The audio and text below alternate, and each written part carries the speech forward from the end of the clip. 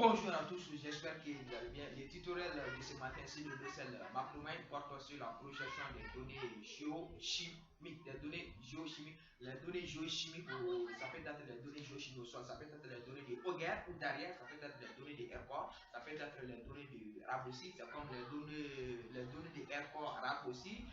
Les échantillons sont utilisés pour les données géochimiques au sol. Une fois que vous avez reporté ces différentes données sur le terrain. Maintenant, vous pouvez importer ces différentes données dans le logiciel physique ou dans le logiciel de modélisation comme MacroMind, SylPACA, ainsi de suite, ainsi de suite. La projection des données géochimiques dans le logiciel MacroMind consiste d'abord à créer les différentes structures de notre donnée géochimique au sol. Après, nous avons créé les différentes structures des données géochimiques au sol. Nous allons essayer d'afficher les points. Nous allons importer d'abord les données géochimiques au sol dans le logiciel MacroMind. Une fois importé les données géochimiques dans le logiciel MacroMind, nous pouvons afficher les différents points aussi. Nous pouvons afficher les différents points de prélèvement de l'échantillon sur le terrain. Après, et la dernière étape, c'est juste nous allons essayer d'attribuer à chaque point les différentes classes de données à travers les différentes couleurs que nous allons essayer d'attribuer. À l'issue de ça, nous pourrons savoir dans quelle partie, quelle est la zone, la forte ténèbre, quelle est la zone de forte ténèbre, la zone de faible ténèbre, quelle est notre anomalie, ainsi de suite là. Ça va être dans ces tutoriels, vous allez comprendre comment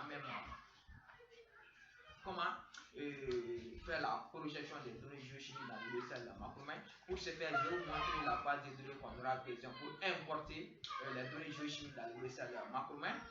Pour ce faire, voici la base de données. En première colonne, nous avons OLED. En deuxième colonne, nous avons Estim. En troisième colonne, nous avons Norfin. En quatrième colonne, nous avons RL l'élévation. Et en dernière colonne, ça c'est la TNR qui est la séquence utile, ça peut être l'or, l'équipe, mais dans ce tutoriel, nous allons prendre le nickel, ainsi de suite là. Comme vous le voyez, voici la remarque qu'on peut faire ici, voici les différents chiffres aussi, mais dans le logiciel de modélisation, on dit que la virgule aussi est une écriture française aussi, tandis que le point est une écriture anglaise aussi. C'est comme les logiciels que nous utilisons, les logiciels de modélisation, ce sont les logiciels anglophones, c'est comme ces logiciels ne reconnaissent pas la virgule, mais ce que nous allons faire, nous allons essayer de remplacer toutes les virgules par des points pour que le logiciel MacroMind puisse reconnaître les différentes transformations que nous allons faire tout à l'heure. Pour ce faire, nous allons sélectionner CTRL, nous allons sélectionner notre base de données. Une fois sélectionné notre base de données, une fois sélectionné la base de données, nous allons au niveau des recherches, cette partie au niveau des recherches et sélectionner, sélectionner. Après, nous cliquons sur remplacer, remplacer. Une fois cliqué sur remplacer dans cette partie, on dit que rechercher par, nous allons mettre ici virgule, nous allons mettre virgule, nous allons mettre virgule remplacer par point. Après, nous cliquons sur remplacer tout. C'est comme toutes les virgules seront remplacées par point, remplacer tout. Après, nous cliquons sur OK. Nous pouvons même fermer ça. Comme vous le voyez, nous venons tout à l'heure de remplacer toutes les virgules par point. Ainsi de maintenant, nous pouvons même importer ces données, la modification qu'on vient de faire tout à l'heure dans le logiciel MacroMind. Et à travers ça, le logiciel va reconnaître notre donnée, ainsi de une fois affiché les points de flag. Mais si tel n'est pas le cas, ça sera très difficile d'afficher tous les points aussi qui constituent notre base de données, ainsi de suite là. Après, nous allons retourner dans notre logiciel en question. Nous allons créer d'abord les différentes structures qui constituent notre base de données, qui est la projection géochimique en cliquant sur cette partie au niveau de New File. Une fois cliqué sur New File, au niveau de File, nous allons mettre géochimie.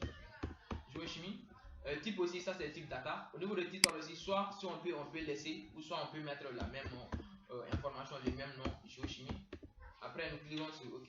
Une fois cliqué sur OK, on fait face à cette petite fin. C'est ici que nous allons essayer de mettre les différentes, nous allons essayer de saisir les différentes structures qui constituent notre donnée géochimie. Et sur le site là, la première colonne, ça c'est field name, le nom du champ. La deuxième colonne, ça c'est le type. On a deux types de caractères. On a le type caractère numérique. Troisième, ça c'est la largeur. Et dernière colonne, ça c'est décimal. Ça c'est décimal. Mais dans notre base de données, on a 5 champs. On l'a dit, Estin, Norfin, RL et Nickel aussi. Et la première colonne, c'est pas obligatoire. Les différents champs qui sont obligatoires pour la procession des données géochimiques dans le logiciel Macromin sont Estin, Norfin, RL et la ténère en question qui est l'assistance éthique aussi. Nous allons essayer d'ajouter, nous allons insérer d'autres lignes aussi. Pour ce faire, nous allons cliquer sur cette partie, increment menu. C'est number of time of increment, nous allons prendre le chiffre 4. Nous allons mettre le chiffre 4, après nous cliquons sur G. Comme vous le voyez, nous venons tout à l'heure d'ajouter d'autres lignes à notre fichier en question. Mais qu'est-ce que nous allons faire tout à l'heure? Nous allons essayer de copier les différents champs et coller dans le logiciel Macromin où sont, nous pouvons même saisir directement. Nous pouvons même saisir directement pour gagner du temps. Mais pour gagner du temps, nous allons copier les différents champs et coller dans cette partie. On l'a dit CTRL-C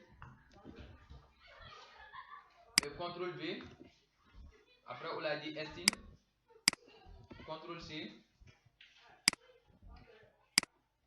CTRL-V, Norfin, CTRL-C,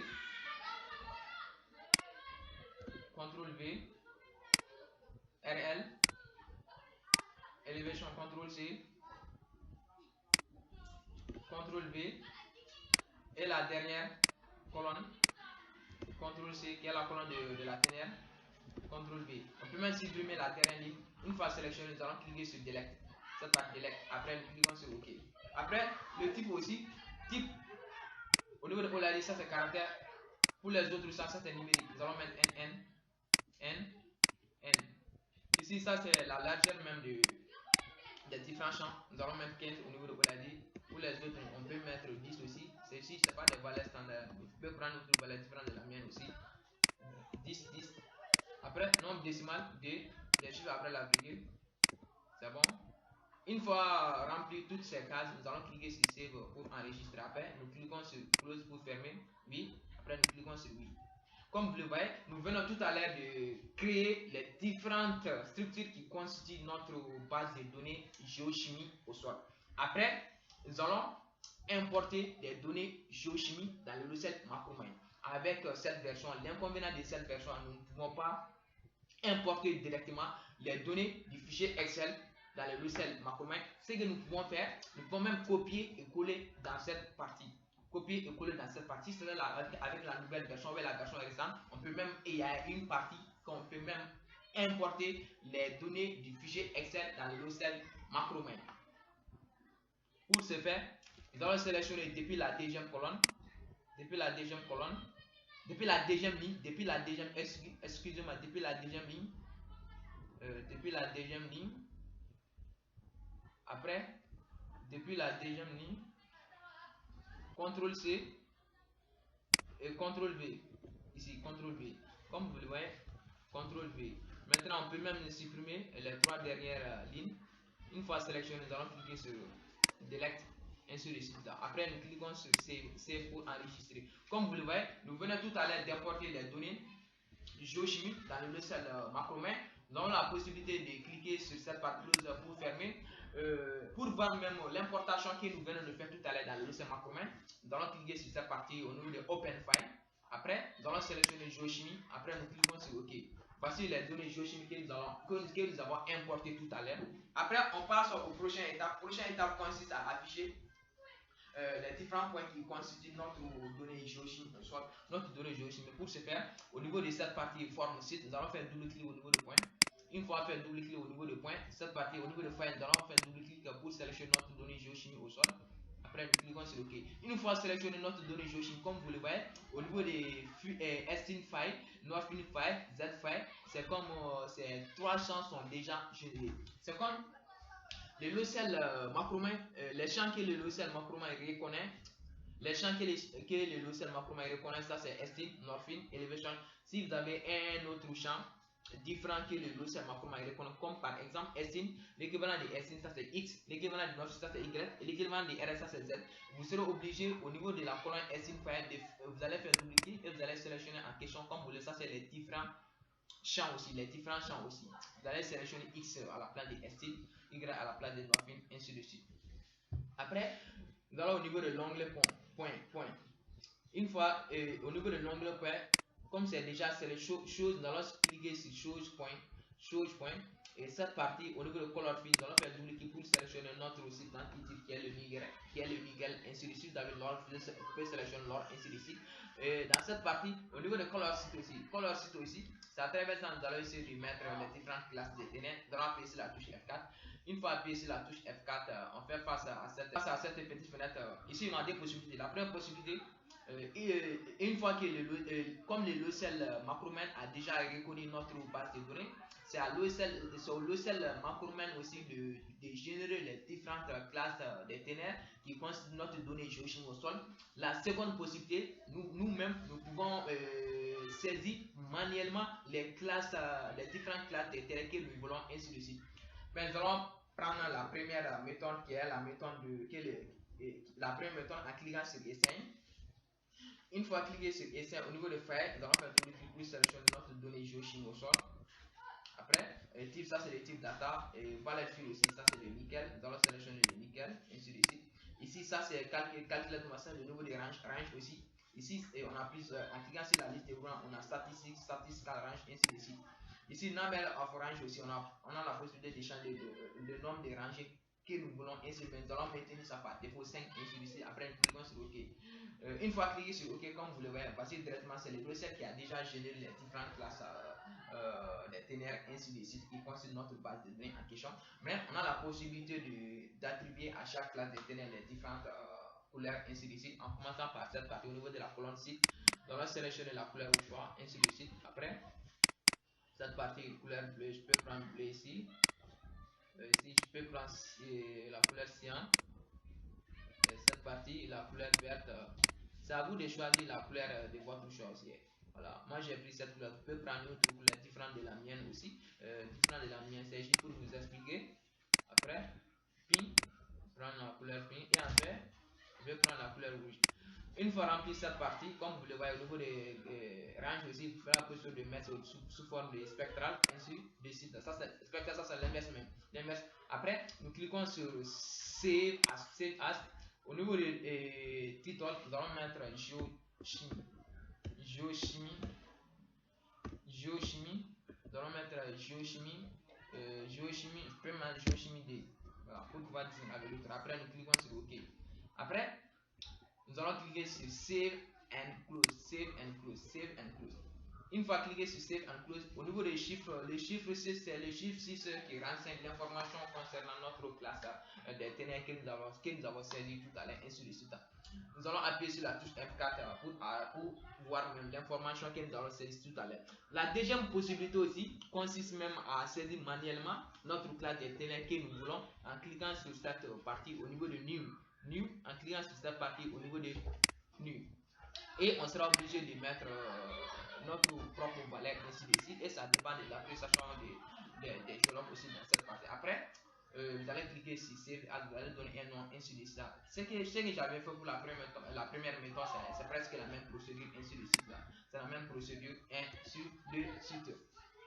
Après, dans cette partie, on dit que scale, on dit default style, ça c'est l'épaisseur même des points. Ainsi de comme c'est déjà 2, on peut prendre pour voir la visibilité même des points.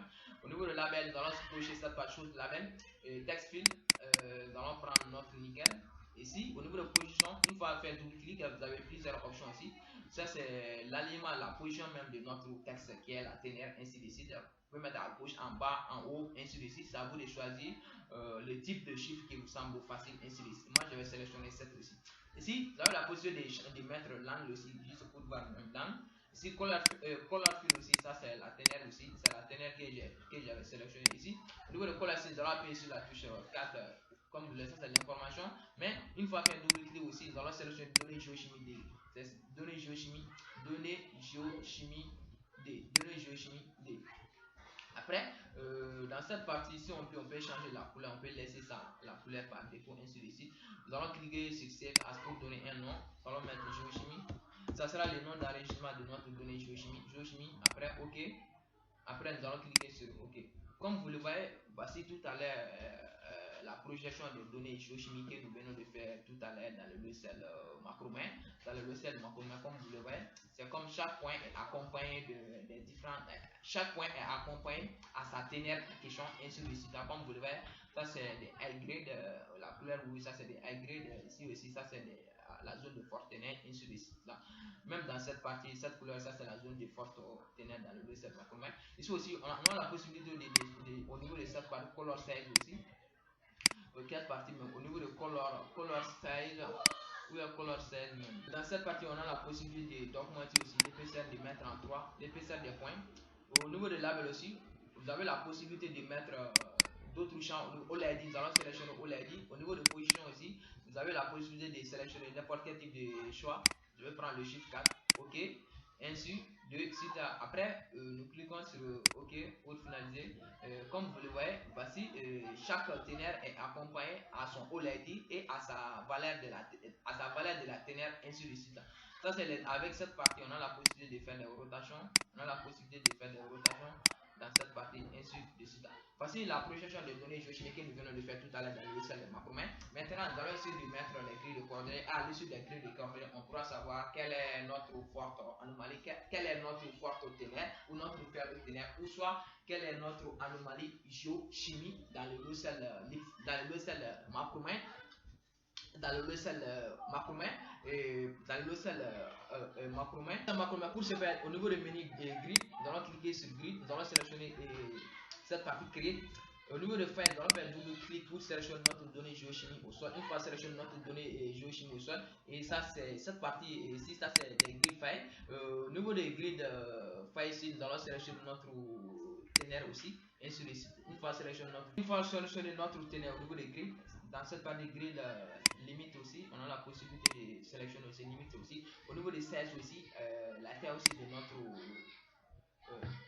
la taille du bloc X, on peut mettre ici 10, on peut mettre 10 ici, 10 aussi. Dès qu'on sélectionne 10, comme vous le voyez, c'est le logiciel qui va essayer de générer tout à l'heure au niveau des X blocs dans cette partie. Après, nous cliquons sur close aussi. Le grid méthode ici, on a plusieurs méthodes ici. On peut prendre la première méthode anisotropique, griding, ainsi c'est à vous de choisir. Mais nous allons maintenir cette méthode par défaut, ainsi de suite.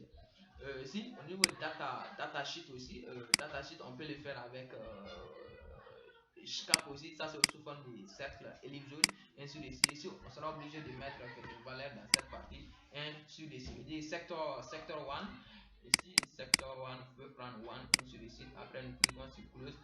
Ici, dans cette partie, au niveau des grid file, nous allons essayer de donner un nom. Nous allons mettre grid géochimie. Grid géochimie. Après, nous cliquons sur cette partie au niveau des rings. On passe un MP. Après, on peut même fermer. Nous allons au niveau du menu grid file. Nous allons faire double clic grid file. File. Dans cette partie, au niveau de input file, nous allons faire double clic pour sélectionner notre grid file. Après, au niveau de cette partie display option, nous allons prendre 3D scalaire, ainsi de suite, 3D scalaire ici. Ça c'est coding color. Au niveau de coding color, nous allons appuyer sur la touche F4. Ou soit nous allons faire double clic aussi. Nous allons sélectionner notre donnée géochimie D. Après, nous cliquons sur OK. Une fois cliqué sur OK, ici il s'agit de mettre l'ajustement au niveau de la palette de YZ. Ici, ça c'est pour mettre l'information concernant la label. On peut sélectionner cette partie label ici. En cochant cette display label pour que les différentes valeurs apparaissent aussi dans notre grille de coordonnées décimales. On peut prendre 3 ici. Offensive 1, ainsi de suite là. Après, nous cliquons sur Save as pour enregistrer. Pour l'enregistrement, nous allons mettre grid géochimie. Après, nous cliquons sur OK. OK encore. OK. Comme vous le voyez, voici même les grilles de coordonnées que nous venons d'afficher tout à l'heure dans le logiciel Macromin. On a la possibilité même de jouer un peu sur ça, comme vous le voyez. De faire quelques déplacements, de jouer un peu sur ça. Même à travers ça, on pourra savoir dans cette partie, c'est dans cette partie que nous avons notre anomalie. Notre anomalie géochimie se trouve dans cette partie à travers des couleurs que nous avons attribuées, ainsi de suite. C'est à travers cette valeur que notre anomalie se trouve dans cette partie. Et à travers ça, on doit essayer de planifier les positionnages, ainsi de suite là. Comme vous le voyez, notre anomalie se trouve dans cette partie. Comme vous le voyez, c'est ça notre anomalie géochimie, ainsi de suite là. Dans cette partie, à travers les grilles de coordonnées, on pourra savoir voir même dans cette partie aussi. Nous avons des anomalies dans cette partie, des anomalies dans cette partie.